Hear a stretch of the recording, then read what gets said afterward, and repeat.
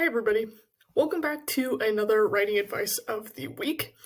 I am E.S. Foster. I am a book reviewer, a reprints editor, anthology editor. I do all kinds of volunteering over at MetaStellar, and I also have started doing the writing advice of the week column. So today I am going to talk to you about writing a fantasy novel rough draft, specifically the description that you need. So, start off. You made a checklist of everything you need to write a fantasy novel, and you've started working on the rough draft. You have the characters, the plot, the motivation, the structure, the action, everything's planned out. But something is missing when you put pen to paper, or finger to keys. Before you even begin writing, even if this is your first draft, you need to think about description. Because in the grand scheme of things, writers tend to neglect this piece of writing, and it's super important, especially in the first draft. If you want to write a fantasy novel, description is absolutely vital, but it's easy to forget the importance of description when you're pushing through the plot. The truth is, if you have a chance to, you need to add more description in your rough draft, and your future self is going to thank you. So to start off, what do I mean by description? I mean two things here. One, the description that helps you build your world. Two, the description that helps build your action. So to start with building your world, you might notice as you're writing that you're kind of going light on world building, and all the description that comes with that. When writing a fantasy novel rough draft, world building makes up a significant portion of your word count, but too often writers fall into the trap of leaving these details out. And you might think, okay, yeah, I don't have a ton of details right now because I haven't finished building the world yet. And this is true. However, you might be neglecting to include the rules of your world and the basics that readers need. So you might have started on the world building, but you have yet to include with your description all of the parts of the world that you need to get across to your reader so that they understand what this world is and what its rules are. And if you don't remain consistent with your rules, you don't even create your rules to begin with, then you run the risk of losing control of your world in your rough draft. So be sure to establish the following through your description.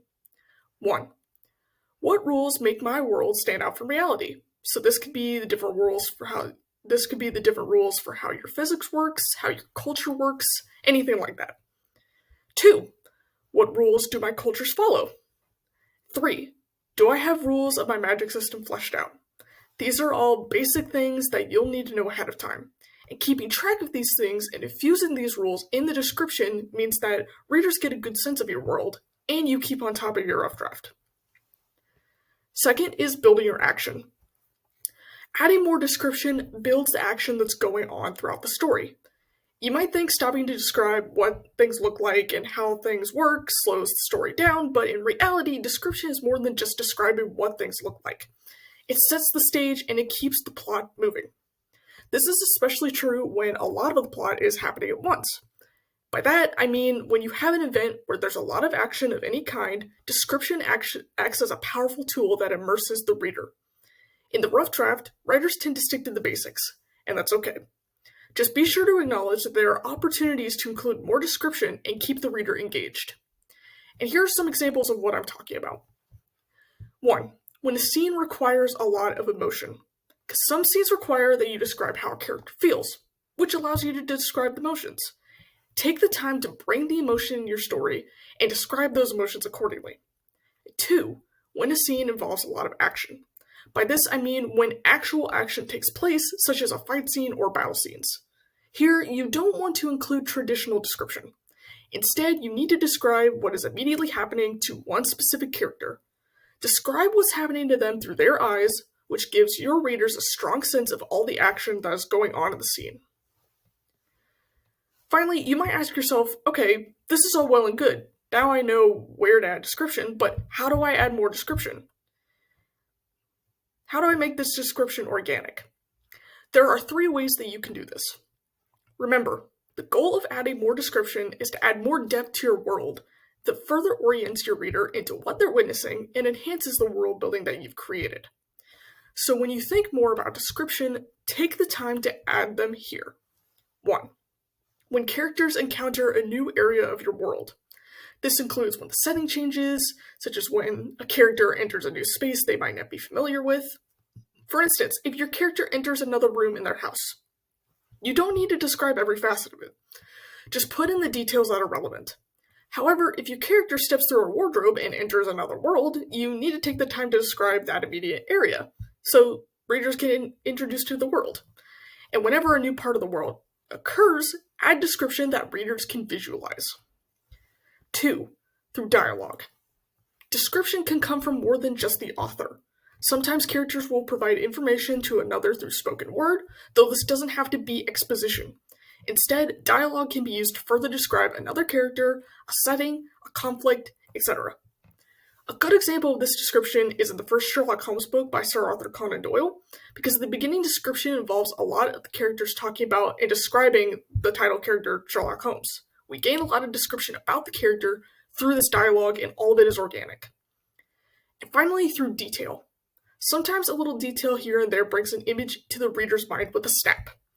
Imagine your character walks into a room. We're led to believe it's like any other room, but there's a book on the table. You want to call attention to this book, so you describe it with one or two specific details. You might think of the sentence, for example, the sunlight hit the book's golden edges. This allows the reader to envision what the book looks like, and you included some amazing description in just a few words.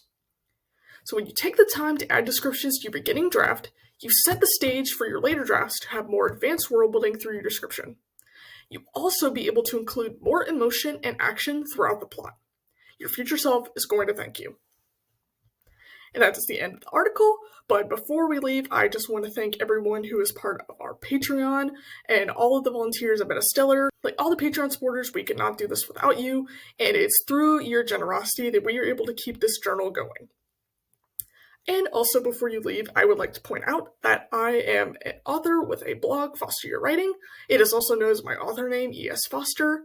And I am also a book coach and editor, so if you need help with line editing, copy editing, and you're a fantasy and sci-fi writer, feel free to email me. It is in the end of this video. I really hope you enjoyed this article. I am so excited to continue doing this writing advice, and I hope to see you next week.